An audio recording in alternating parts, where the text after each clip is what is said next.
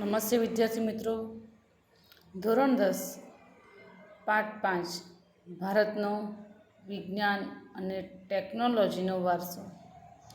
તો વિદ્યાર્થીઓ, આપણે આગળના 4 પાઠ વારસા વિશે જ ભણ્યા છીએ. તો કે દરેકમાં આપણો વારસો આગળ પડતો જ હતો. એમાં વિજ્ઞાન અને ટેકનોલોજીમાં પણ વારસો આપણો આગળ પડતો હતો. અને વિજ્ઞાન અને ટેકનોલોજીના લીધે આજે વિશ્વ નજીક આવી ગયું છે. વિશ્વના દેશો એકબીજાથી નજીક આવી ગયા છે. દેશ વચ્ચે આંતરવ્યવહાર કેવો બન્યો છે? સરળ બન્યો છે. વિશ્વના તમામ દેશો વચ્ચેનો સહયોગ વધ્યો છે. નવો અભિગમ ઉદ્ભવ્યો છે. રાષ્ટ્ર અને વિશ્વની શાંતિ માટે અભિમુખ પણ થયા છે. વિજ્ઞાન અને ટેકનોલોજીના ક્ષેત્રે જે સંશોધનો થયા એમાં વિશ્વના તમામ દેશો શું આવ્યા છે? એકબીજા નજીક આવી લીધા છે. દેશ વચ્ચેના આંતરવ્યવહાર સરળ બન્યા છે. વિશ્વના તમામ દેશો વચ્ચેનો સહયોગ વધ્યો છે. નવો અભિગમ ઉદ્ભવ્યા છે. અને આમ રાષ્ટ્ર અને વિશ્વ શાંતિ માટે સહઅસ્તિત્વ તરફ અભિમુખ થયા છે. હવે વિજ્ઞાન એટલે શું? તો કે વિજ્ઞાન એટલે વ્યવસ્થિત જ્ઞાન અને ટેકનોલોજી એટલે વિજ્ઞાનની વ્યવહારિક ઉપયોગિતા. ફરી એકવાર ધ્યાન આપજો. તો કે વિજ્ઞાન એટલે વ્યવસ્થિત જ્ઞાન અને ટેકનોલોજી એટલે વિજ્ઞાનની વ્યવહારિક ઉપયોગિતા. વિજ્ઞાન અને ટેકનોલોજી બંને શબ્દો કેવા છે? અલગ અલગ છે, છતાંય બંને એકબીજા સાથે જોડાઈ ગયા છે. બંને શબ્દો ભિન્ન છે કે અલગ અલગ છે, છતાંય બંને એકબીજા સાથે જોડાઈ ગયા છે. વિદ્યાર્થીઓ, હવે આપણે વિજ્ઞાન અને ટેકનોલોજીના વારસામાં આપણો ભારત વિજ્ઞાન ક્ષેત્રે વારસામાં કયા પ્રાચીન ભારતમાં કયો વારસો આપ્યો છે એ વિશે જોઈએ. તો કે પહેલેથી જ આપણા પ્રાચીન ભારતના મહાન જે ઋષિઓ હતા એ વિજ્ઞાન ક્ષેત્રે અમૂલ્ય વારસો આપ્યો છે. એમાં ધાતુ વિદ્યા આવી જાય, રસાયણ વિદ્યા આવી જાય, વૈદક વિદ્યા આવી જાય, શૈલ ચિકિત્સા, ગણિતશાસ્ત્ર છે, ખગોળશાસ્ત્ર છે, જ્યોતિષશાસ્ત્ર, વાસ્તુશાસ્ત્ર, ભૌતિકશાસ્ત્ર જેવા વિજ્ઞાનના અનેક ક્ષેત્રોમાં આપણા ઋષિઓએ મહત્ત્વનો ફાળો આપ્યો છે, જે આપણા માટે ગૌરવની વાત છે. ભારતની અંદર માત્ર સાહિત્ય, કલા, ધર્મ શિક્ષણ, તત્વચિંતનના જેવા ક્ષેત્રોમાં જ ફાળો નહીં, પરંતુ વિવિધ વિજ્ઞાન ટેકનોલોજીના ક્ષેત્રોમાં પણ પોતે મોટો ફાળો આપ્યો છે. અર્વાચીન યુગના સંશોધનો દ્વારા જાણવા મળ્યું છે કે ભારત આધ્યાત્મિક વિચારધારાની સાથે સાથે વૈજ્ઞાનિક દ્રષ્ટિબિંદુ પણ ધરાવે છે. મોટાભાગના વૈજ્ઞાનિકોએ ટેકનિકલ શોધોમાં એક કે બીજી રીતે પ્રાચીન ભારતનું વિજ્ઞાન તત્વ સમાયેલું છે. હવે કહે છે કે આપણા પ્રાચીન ભારતની અંદર વિજ્ઞાનનો અર્થ કહે છે કે આપણે પ્રાચીન ભારતમાં ઘણા બધા મહાન ઋષિઓ થઈ ગયા.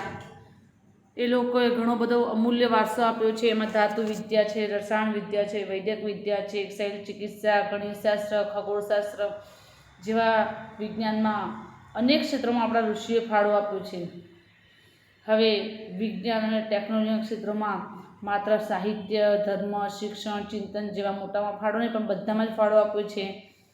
વિજ્ઞાન ટેકનોલોજીમાં પણ મોટો ફાળો આપ્યો છે. આપણા ભારતના આધ્યાત્મિક વિચારો સાથે પણ દ્રષ્ટિબિંદુ ધરાવે છે.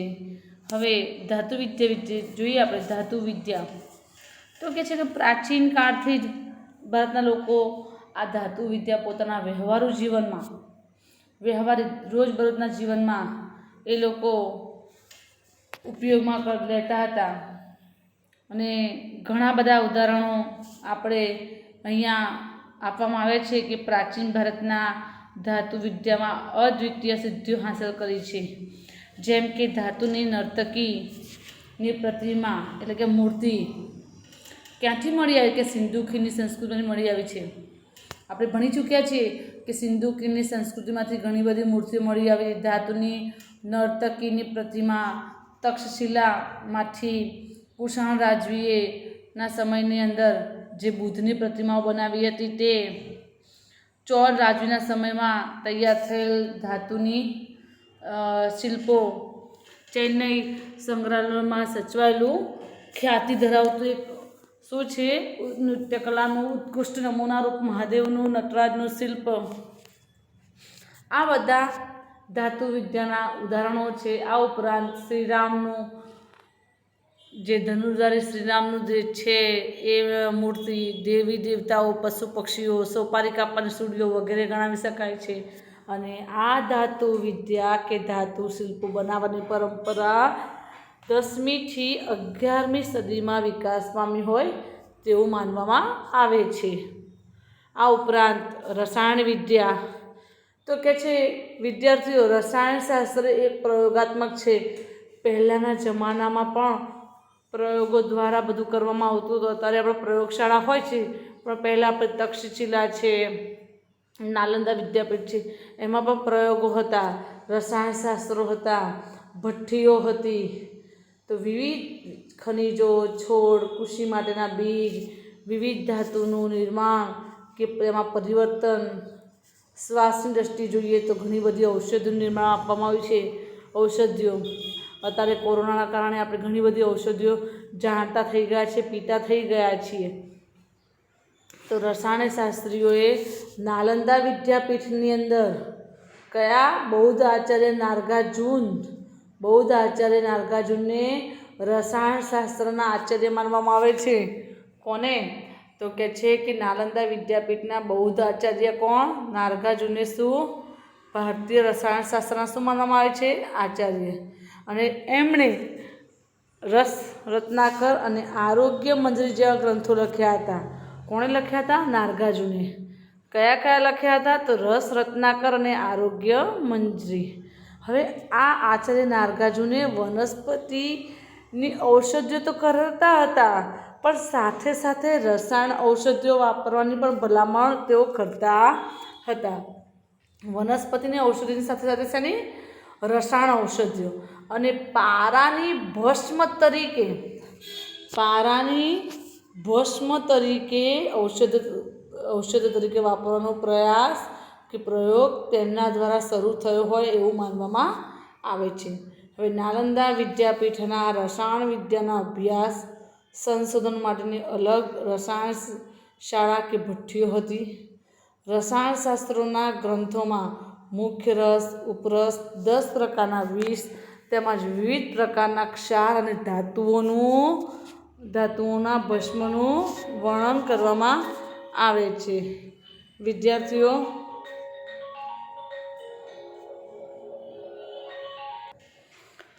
આમ મુખ્ય રસ છે, ઉપરસ છે, 10 પ્રકારના વિષ, વિવિધ પ્રકારના ક્ષારો અને ધાતુઓના ભસ્મનું વર્ણન મળેલ છે. હવે રસાયણની વિદ્યામાં ઉત્કૃષ્ટતા તો ધાતુમાંથી બનાવેલી ભગવાન બુદ્ધની મૂર્તિનું દ્રશ્યમાન છે. સાંભળજો, 7.5 ફૂટ ઊંચી, 1 ટન વજન ધરાવતી તેમજ તામ્ર મૂર્તિ ક્યાંથી મળી આવી? કે બિહારમાંથી, સુલતાનગંજમાંથી મળી આવી છે. ક્યાંથી મળી આવી છે? બિહારના સુલતાનગંજમાંથી, જે 7.5 ફૂટ ઊંચી છે, 1 ટન વજન ધરાવે છે અને સુલતાનગંજમાં મળી આવી છે તામ્ર મૂર્તિ. આ ઉપરાંત કે છે 18 ફૂટ ઊંચી ભગવાન બુદ્ધની મૂર્તિ, બરોબર છે, નાલંદામાંથી મળી આવે છે. 7 ટન વજન ધરાવતો 24 ફૂટ ઊંચો સમ્રાટ ચંદ્રગુપ્ત બીજાએ વિક્રમાદિત્ય, બરોબર છે, દિલ્હીની અંદર પોતે વિજય પામ્યો તો વિજય સ્તંભ બનાવ્યો હતો. અને એ લોખંડનો સ્તંભ છે, થાંભલો છે. વરસાદ હોય, તાડ હોય, તડકો હોય, કંઈ પણ હોય પણ એને કાટ લાગતો નથી. આ શું છે? રસાયણશાસ્ત્રના કે રસાયણ વિદ્યાના ઉત્તમ નમૂનાઓ છે. જે તમને કહ્યું કે સુલતાનગંજમાંથી તામ્ર મૂર્તિ મળી આવી છે 7.5 ફૂટ ઊંચી, 18 ફૂટ ઊંચી ભગવાન બુદ્ધની મૂર્તિ મળી આવી છે નાલંદામાંથી. પછી કે દિલ્હીની અંદર વિજય સ્તંભ છે જે 7 ટન વજન ધરાવે છે અને 24 ફૂટ ઊંચો છે. આમ આ બધા રસાયણ વિદ્યાના ઉત્તમ નમૂનાઓ છે. હવે વિદ્યાર્થીઓ વૈદક વિદ્યા વિશે જોઈએ તો કે પ્રાચીન સમયથી આપણા ભારતના વૈદક વિદ્યા, વૈદ લોકો હોશિયાર હતા. એ વખતે ડૉક્ટરોની જરૂર નહોતી પડતી, એટલા ડૉક્ટરો, આજના ડૉક્ટરો શું એ કરતાં પણ વૈદ્યો હોશિયાર હતા. શૈલ ચિકિત્સા અદ્ભુતપૂર્વ સિદ્ધિ પ્રાપ્ત કરેલી છે. ભારતના વૈદક શાસ્ત્રના મહાન પ્રણેતા મહર્ષિ ચરક કોણ છે? મહર્ષિ ચરક, મહર્ષિ સુશ્રુત અને વાઘભટ્ટ, આ બધા ઉચ્ચતમ શિખરો સર કર્યા છે. શેના? વૈદક શાસ્ત્રમાં ઉચ્ચતમ શિખરો સર કર્યા છે. 3 જણા છે, મહર્ષિ ચરક, મહર્ષિ સુશ્રુત અને વાઘભટ્ટ. હવે મહર્ષિ ચરકે 3 જણમાંથી પહેલું છે મહર્ષિ ચરકે ચરક સંહિતા લખ્યું છે. કયો ગ્રંથ લખ્યો છે? ચરક સંહિતા. એની અંદર એને શું વર્ણન કર્યું છે? તો કે 2000 ઉપરાંત એને વનસ્પતિ ઔષધિનું વર્ણન કર્યું છે. મહર્ષિ સુશ્રુતે સુશ્રુત સંહિતામાં શૈલ ચિકિત્સા, વાળકાપની વિદ્યા, શસ્ત્રક્રિયાના એવા ધારદાર સાધનોનો ઉલ્લેખ કર્યો છે કે જે માથાના વાળને પણ ઊભા 2 જણા ભાગ કરી શકે. અને વાઘભટ્ટનો વાઘભટ્ટ સંહિતા પણ મહત્વનો ગ્રંથ છે. ચરક સંહિતા, સુશ્રુત સંહિતા અને વાઘભટ્ટ સંહિતા, પ્રત્યેક વૈદ્ય આ 3 ગ્રંથોનો અભ્યાસ ઉપયોગી છે. ફરી એકવાર જોઈશું. તમારે આવે છે વૈદક વિદ્યા ભણવામાં કે પરીક્ષામાં આવે છે, યાદ રાખજો. તો મહર્ષિ ચરકે ચરક સંહિતામાં 2000 ઉપરાંત ઔષધિનું વર્ણન કર્યું છે. મહર્ષિ સુશ્રુતે સુશ્રુત સંહિતામાં શૈલ ચિકિત્સા એટલે કે વાળકાપ કેવી રીતના કરવું, બરાબર છે, એવા ધારદાર સાધનો ઉલ્લેખ કર્યો છે. જે આખા માથાના વાળ કેટલો પતલો હોય એના ઊભા ચીરીને 2 ભાગ કરી શકતો હતો. અને વાઘભટ્ટ સંહિતાની અંદર મહત્વનો ગ્રંથ છે ચરક સંહિતા, સુશ્રુત સંહિતા અને વાઘભટ્ટ સંહિતા. આ 3 ગ્રંથ એ વૈદ્ય માટે 3 ગ્રંથોનો અભ્યાસ ઉપયોગી છે, બરાબર છે. હવે પ્રાચીન ભારતની અંદર હિન્દુઓના ઔષધ્ય શાસ્ત્રોમાં ખનિજ, વનસ્પતિ, પ્રાણીઓ ઔષધિનો વિશાળ સંગ્રહ સમાવેશ થયેલ છે. દવા કેવી રીતના બનાવી, દવાને બનાવવાની ઝીણવટભરી વિધિઓનું પણ વર્ગીકરણ એમાં કરવામાં આવ્યું છે. વાળકાપ કરવા માટે પ્યાલા આકારનો પાટો બાંધી, સાંભળજો, લોહીનું પરિભ્રમણ અટકાવવા માટે આપણે અત્યારે ઓપરેશન હોય તો શું કરે છે, આપણને એ ભાગ બહેરો કરી દે છે, એ ભાગમાં ઇન્જેક્શન આપે છે. એ જમાનામાં શું કરતા હતા? તો કે વાળકાપ કરવો હોય, કાપવું હોય કોઈ શરીરનું અંગ, તો એ ત્યાં પ્યાલા આકારનો પાટો બાંધે અને ત્યાં લોહીનું પરિભ્રમણ અટકાવી દે. લોહીનું અવરજવર કે પરિભ્રમણ થતું ત્યાં અટકાવે. પેઢું છે, મૂત્રાશય છે, સારંગાટ છે, મોતિયો છે, પથરી છે, હરસ, ભાંગેલા હાડકાને બેસાડવા અને શરીરમાં ઘૂસી ગયેલા પદાર્થોને બહાર કાઢવાની તમામ બાબતોનું ભારતીયના નિપુણતાઓ હતી, જે અત્યારે ડૉક્ટરો કરી રહ્યા છે ડિગ્રી લઈને. તો એ વખત આપણા વૈદ્યો આટલા હોશિયાર હતા. તૂટેલા કાન, નાકની સારવાર કરવી, પ્લાસ્ટિક સર્જરી પણ જાણતા હતા. મૃત શરીરનો વાળકાપ કે મીણના પૂતળા દ્વારા પ્રત્યક્ષ જ્ઞાન વિવિધ રીતે આપતા હતા. પ્રસૂતિના વખત જોખમી ઓપરેશનો કરતા હતા. સ્ત્રીઓ અને બાળરોગમાં પણ નિષ્ણાત હતા. રોગોના કારણો, ચિહ્નોનું વર્ગીકરણ પણ કરી શકતા હતા. આપણે નહીં કહેતા આવું ચિહ્ન છે આ રોગનું, તો કે રોગોના કારણ કેવી રીતના થાય છે અને એના ચિહ્ન શું છે એ પણ જાણતા હતા, એનું નિદાન કરતા હતા. અને રોગ મટ્યા પછી શું પરેજી, શું કાળજી રાખવી એ પણ જાણકારી આપતા હતા. વિદ્યાર્થીઓ, પ્રાચીન ભારતમાં આપણા પ્રાણી રોગોના શાસ્ત્રોનો પણ વિકાસ થયો છે. અશ્વ એટલે ઘોડો, હસ્તી એટલે હાથીના રોગો પર પણ ગ્રંથો લખ્યા, કારણ કે એ જમાનામાં હાથી ઘોડાનું વધારે કામ ચાલતું હતું. હાથી ઘોડા રજવાડા બહુ જ રાખતા હતા. તો આમ અશ્વ એટલે ઘોડો અને હસ્તી એટલે હાથીના રોગોનું પણ ગ્રંથ લખતા હતા. હસ્તી આયુર્વેદ અને શાલિહોત્રનું અશ્વશાસ્ત્ર ખૂબ પ્રખ્યાત છે. અંડરલાઇન કરું છું ફરી એકવાર. હસ્તી આયુર્વેદ અને શાલિહોત્રનું અશ્વશાસ્ત્ર ખૂબ પ્રખ્યાત છે. વૈદક શાસ્ત્રના વિદ્વાન વાઘભટ્ટે નિદાન ક્ષેત્રે અષ્ટાંગ હૃદય જેવા ગ્રંથ લખી મહત્વનો ફાળો આપ્યો છે. હવે ગણિતશાસ્ત્ર. તો વિદ્યાર્થીઓ, જે ગણિતની આખી દુનિયાનો વ્યવહાર ચલાવે છે તે ગણિત શાસ્ત્રના ક્ષેત્રે અગત્યની શોધો ભારતમાં થયેલી ગણવામાં આવે છે.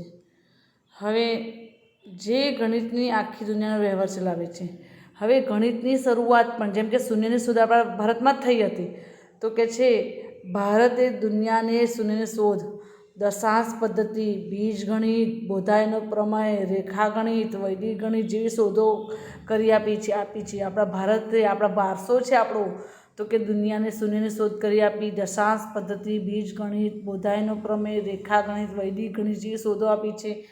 શૂન્યની શોધ એ આર્યભટ્ટે કરી હતી. તમે ઘણીવાર ભણી ચૂક્યા છો.